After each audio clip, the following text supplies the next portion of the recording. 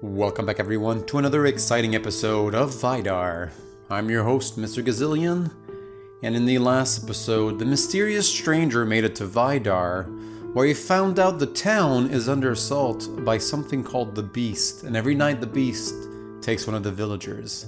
We're trying to solve this mystery, and in doing so, Sandor asked for our help to save his son Erik from the cave where the Beast lives. Unfortunately, we were not able to save Erik this time. I'm sure if we were to do a replay, I have a pretty good idea of how we could save him, but I couldn't save him this time. And then, if you look at that, we have a journal. Overnight, we also lost... Wait a minute. What's going on here?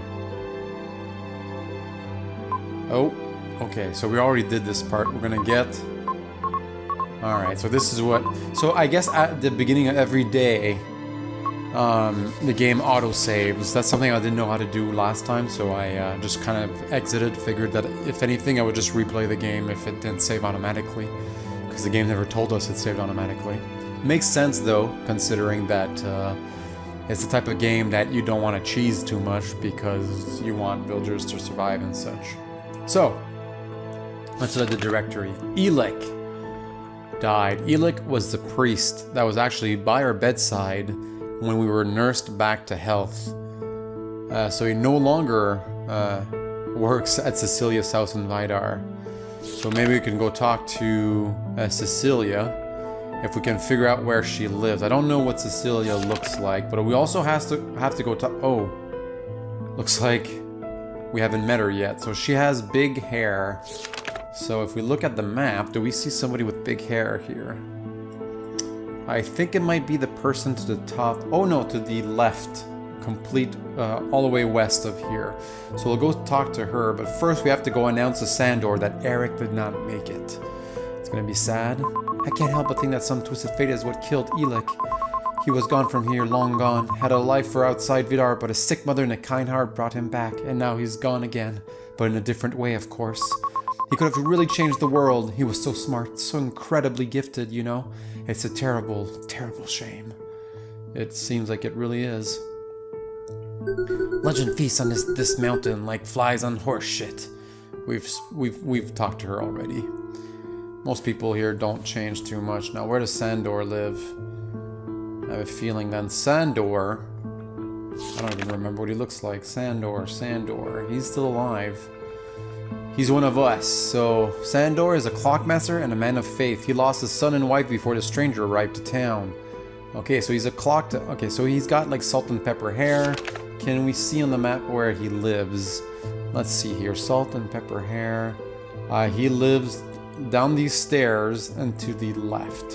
So we'll go talk to him first. I think it's this way.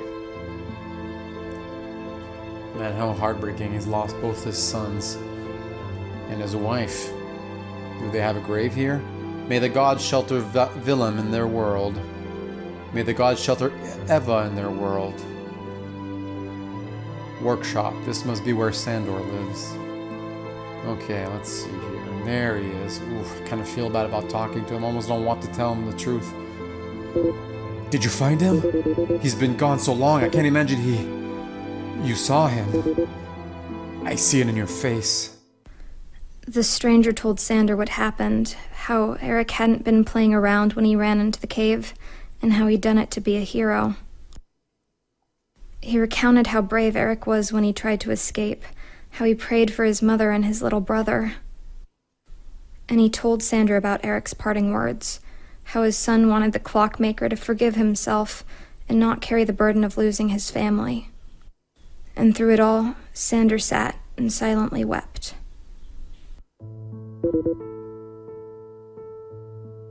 They're all gone. Everyone I've loved, gone. And I'm responsible. The gods are punishing me, and they died because of it. Sandor, friend, I heard from Lydia that Erik still hasn't returned. Oh no, that's a man. Erik's dead, father. What? He's dead. He went into that cave thinking he was going to kill the beast and he died. I'm so sorry. Sandor, I feel like I failed you. As your priest and as your friend. I came to you for help. I came to everyone. There was only a stranger who was willing to try and save my son. I know that I may not have your trust before the beast takes us both, but all I can do is tell you that I am not a perfect man, and that I'm trying, and that I'm here for you as long as I am able. I will never make the mistake of turning you away again. What do I do now, Father? Today, grieve. Nobody will ask anything more than that from you. Not even the gods. Well, we got an upgraded journal. Suppose that's our current quest. The second son. Yep. Has asked you to find his son in the ice cave. We did when we told him what happened. Unfortunately, we were not able to save him. How sad. The clock is stuck on 10:02 and 8:47. Huh. Odd. Can we talk to him? Thank the gods for Borbalo. And before you say anything, you need to understand. Borbalo has been my pillar of faith since Eva died. That, and I know your strength, stranger. If you couldn't save Erik, a man twice your age would have been no help there. I don't fault him. I need him. Sandor will take some time to heal, but his path is in the gods' hands. He's been a faithful member of this community for so longer. The gods will not steer him wrong. I'll stay here with him a while longer. Stranger, thank you for helping him. Closure is important. I'm glad my friend has found some. However painful it seems now, at least he can begin to heal. I won't remind him about the beast. He doesn't need that right now. I used to babysit Erik. I can't believe he's gone. I'm sorry, I need a moment. Oh gods, poor Sandor. I overheard what happened. Erik was a bundle of joy, and yes, even though he sometimes distracted us from work, we needed it.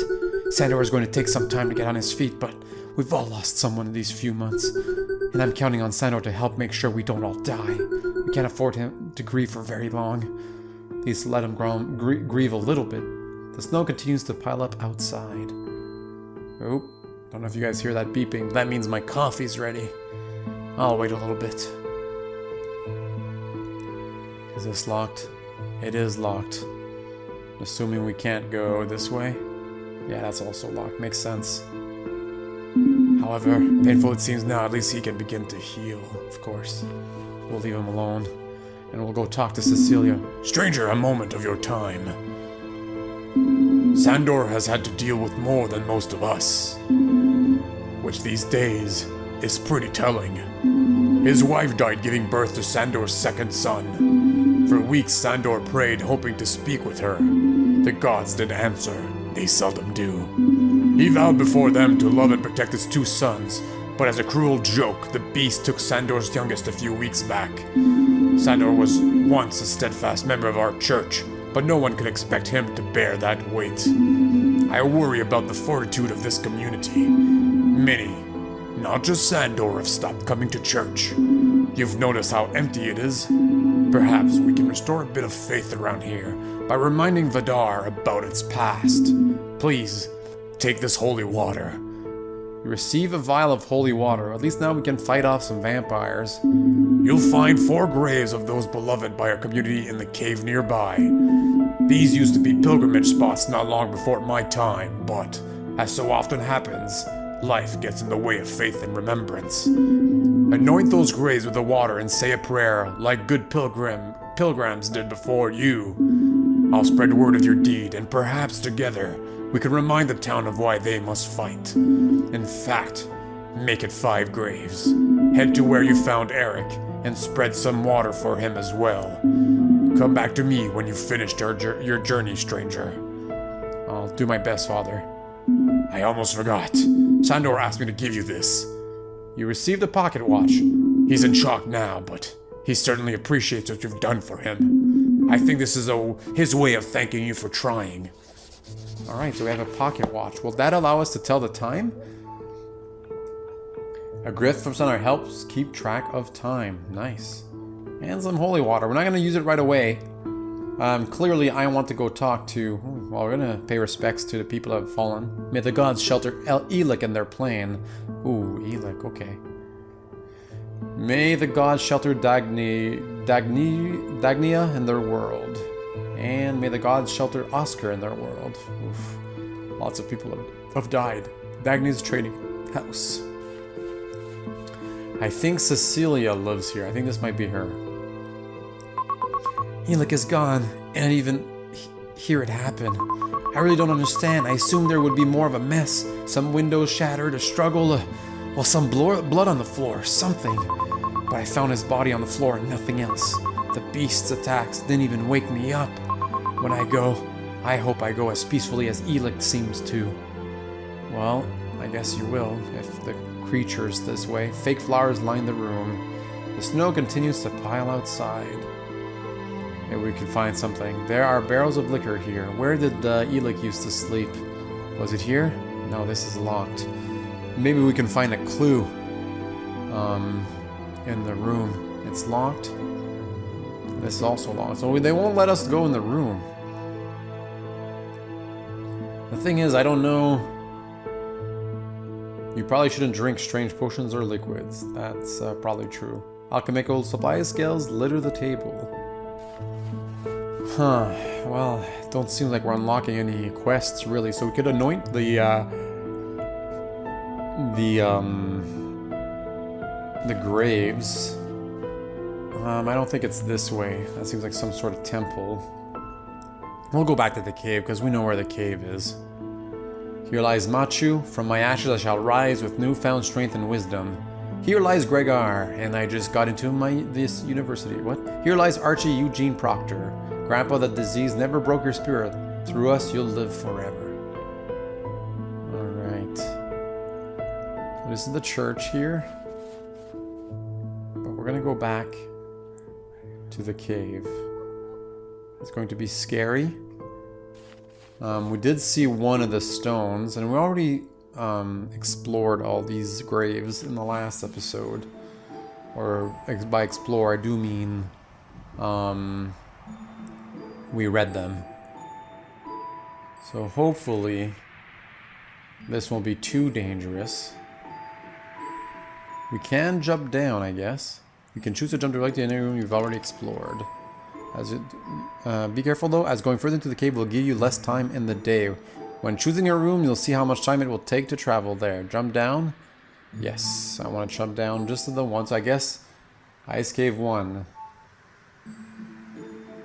So there is one thing here. The ancient grave of a merchant now covered in ice and shade. Blaze the grave with holy water? Yes. The winds around you whisper their thanks.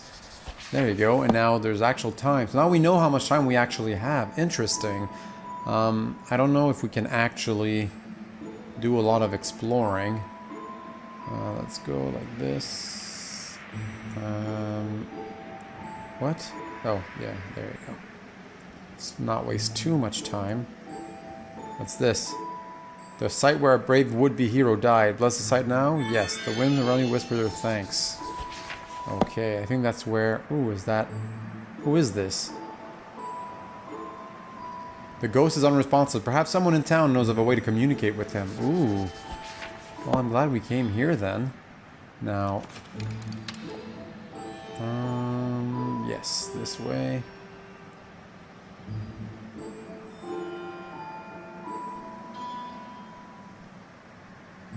Trying to be a little quick here. Now, I don't know exactly what happens when you run out of time in the day. The handle broke. Okay. Don't know how many graves. Ice Cave, you are here. Okay. I don't remember every area I've been to. Oh yeah, we can bring this down.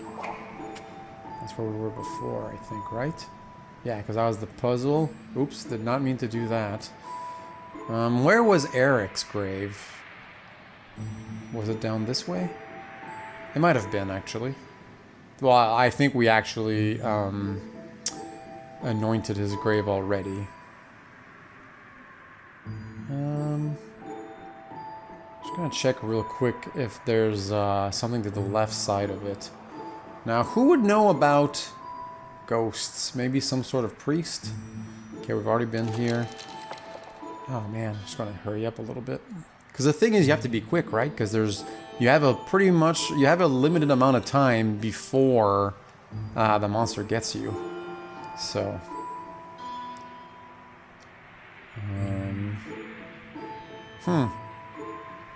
I guess we'll head back then. I don't remember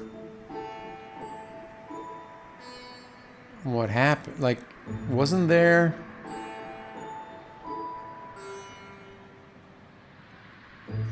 Huh. Oh, maybe this was a... Yeah, okay, then maybe that was like an entrance or something. So we can't go deeper in the cave for now, but we'll try and go find the priest. Return to Vidar. The day is... What? Bernadette has died?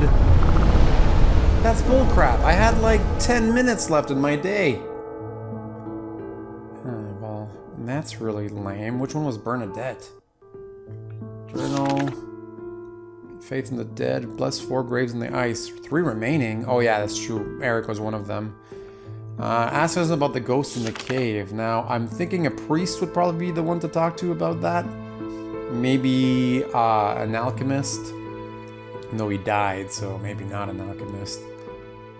Huh.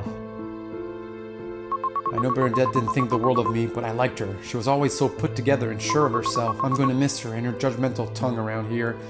Okay, so let's see. Directory. Bernadette, oh no, is a nun devoting herself to following the gods and spreading their message in Vidar. Well, that's not good at all. What's this? The tea's cold. Okay.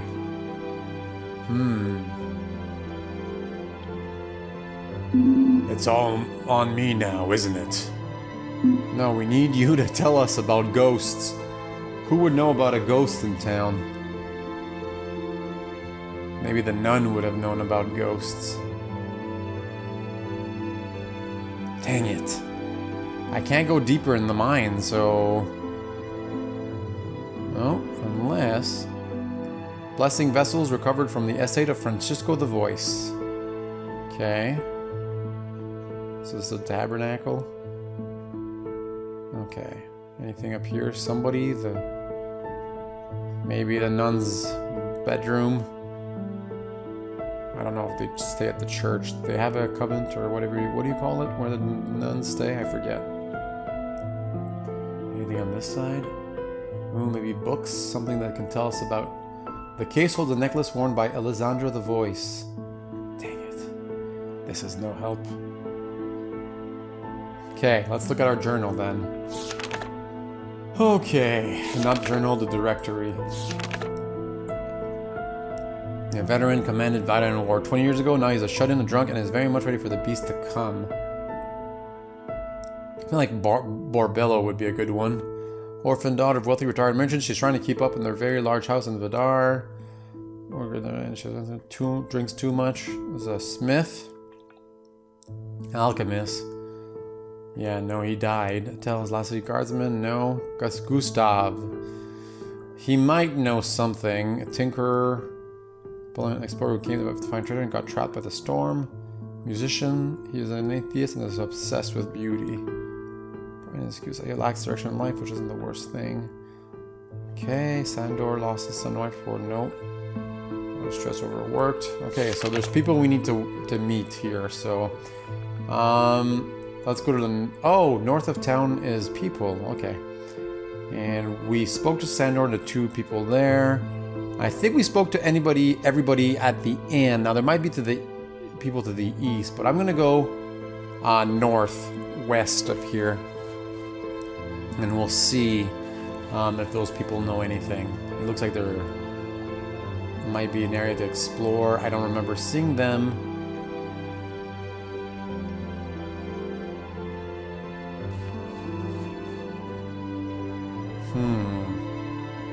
Ooh, what's this? You can go downstairs. They're explorers? Oh, stranger, you're back. I'm glad I found someone willing to enter the caves. We have work to do. The ruins in the cave below predate modern Vidar by several centuries. Vidar was once the capital of a thriving kingdom led by King Brano III. Brano married a peasant woman, Eliana, and she bore a son, Brano IV. Only 8 years later, the king was killed by an assassin, and the young Brano IV was forced to take the throne. Perhaps because he was too young, or perhaps his father's death was too much emotionally, or it may have been genetics, but one thing is certain, Brano IV quickly descended into madness. The boy king, as he was once known, pejoratively? I feel like there's anyway, I'm so sorry. Throughout the kingdom was a petulant and tyrannical child. He slaughtered thousands of his own subjects and imprisoned his mother. She died in the ruins below, still hoping her son would recover and realize what he'd done. But there was no cure for the boy king's psychosis. Legend holds that shortly before his death, the boy king buried the wealth of the kingdom in the mountain. With no funds to support it and no clear heir to the throne, the kingdom quickly fell into ruin. And now we have Vidar. Excuse me. Lilia sometimes tells me I can get wrapped up in my lectures, but it's important. We can't hope to stop the beast without historic context. Anyways, take a break, but talk to me when you're ready for more. I would like to know more. Good, you're back. Honestly, everything I tell you is important. If it wasn't, I wouldn't bother saying it, so take notes. I have scoured what few texts Vidar still has available to it, and have not found even a mention of the beast that's now become such a problem. How could such a powerful monster be so new to these lands? What is its origin? If we can't research anything here, then we need the next best thing. I need you to check the victims the beast has taken. Since you seem to be so anxious to jump back into that cave, that's where you'll start. Go hunt around and find a corpse somewhere. You know those graves outside are just little crosses. Markers, right? They aren't actually burying the bodies. No one is going to risk their lives recovering a corpse. They're just put out to give people some comfort. Those bodies are still down there, so it's time to go hunting, stranger. If you find something, I don't expect you to decide what's important and what's not. Just bring it back to me. I may be able to use my historic knowledge to find an answer to our beast problem. Okay, that's good to know. Please, if you find anything, bring it to me as soon as you can. Combined with my historic knowledge. Yes, well, I'll try my best. So maybe that campfire will be significant. And here's our guard. Everyone is acting like they're bunkering down or trying to fight this beast, but we have to get out of here. Can't we just, I don't know, dig a tunnel or blow something up? What are we still doing here? Good point. Guard's not so brave, I guess. Which explains why he wasn't actually helping anyone. So in our journal now, we'll have another active quest. Faith in the Dead, Artifacts and Ice, and Spirit Walk. So we have 3 graves remaining in the cave, but we can't go any deeper. So we'll have to wait, but I'm convinced we can find somebody to explain to us how to talk to ghosts. So, is there anything here? Here does not lie Richard. Instead, his laugh, his passion, his search for truth, and his love all lie within us. Let this simple grave be a reminder that one life well lived can touch thousands. Well, that's a good reminder, I suppose. Okay, so how do I find somebody that can tell us a thing or two about ghosts? It's gonna have to be somebody we haven't talked to yet. So we've been to the church, and he's probably mourning the loss of Bernadette or whatever her name was.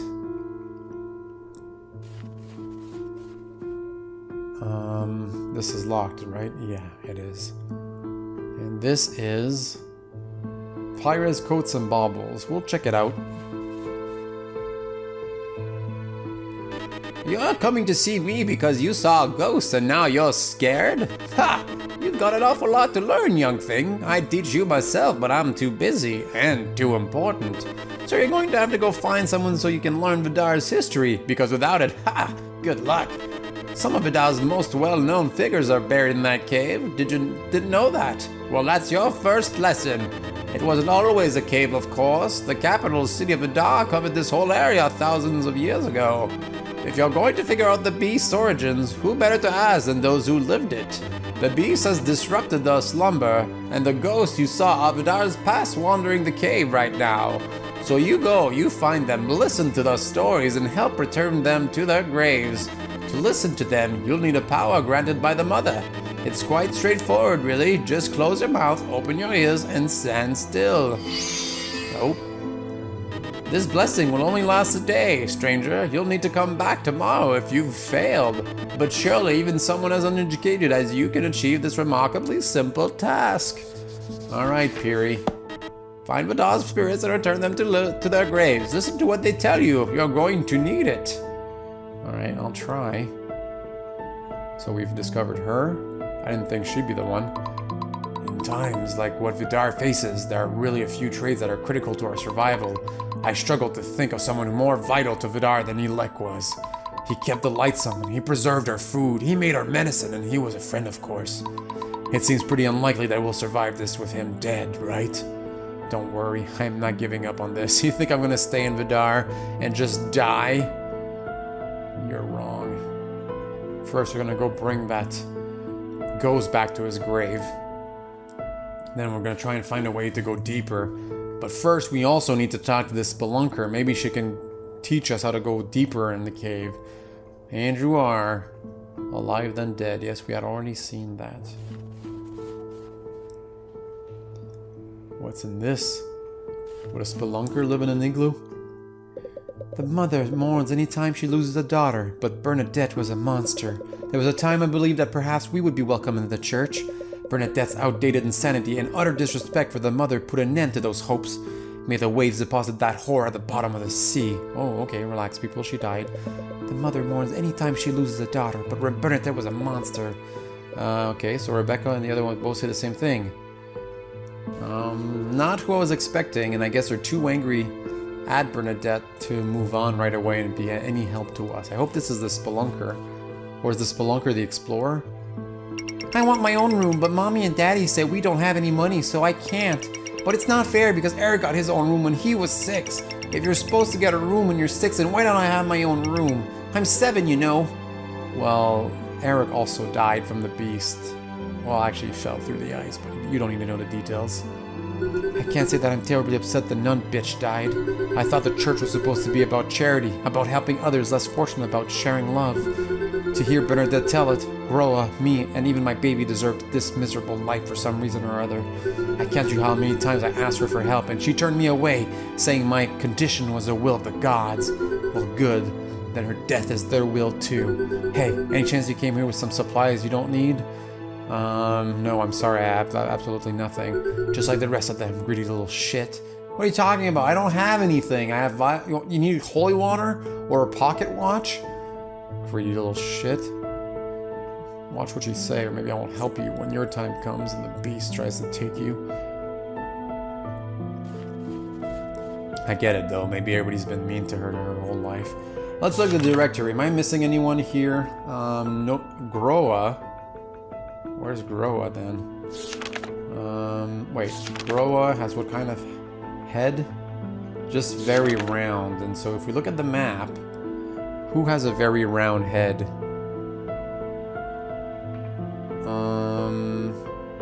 No one that I can find. Unless he's in the hospital or something. Talked to 2 people there. There's 2 people here. Wow, I can't see where Groa is. He's not here, as far as I can tell. Alright, folks, with that, I'm going to end this episode. I should go in the cave, but I don't think there's enough time for that. So in the next episode, we'll take on day number 3, and hopefully talk to ghosts, and maybe find more about the people that have died so far. So as always, I'm your host, Mr. Gazillion. Thank you so much for watching, liking, and subscribing. Let me know what you think of Vidar by commenting below, and I'll see you all in the next episode. Bye.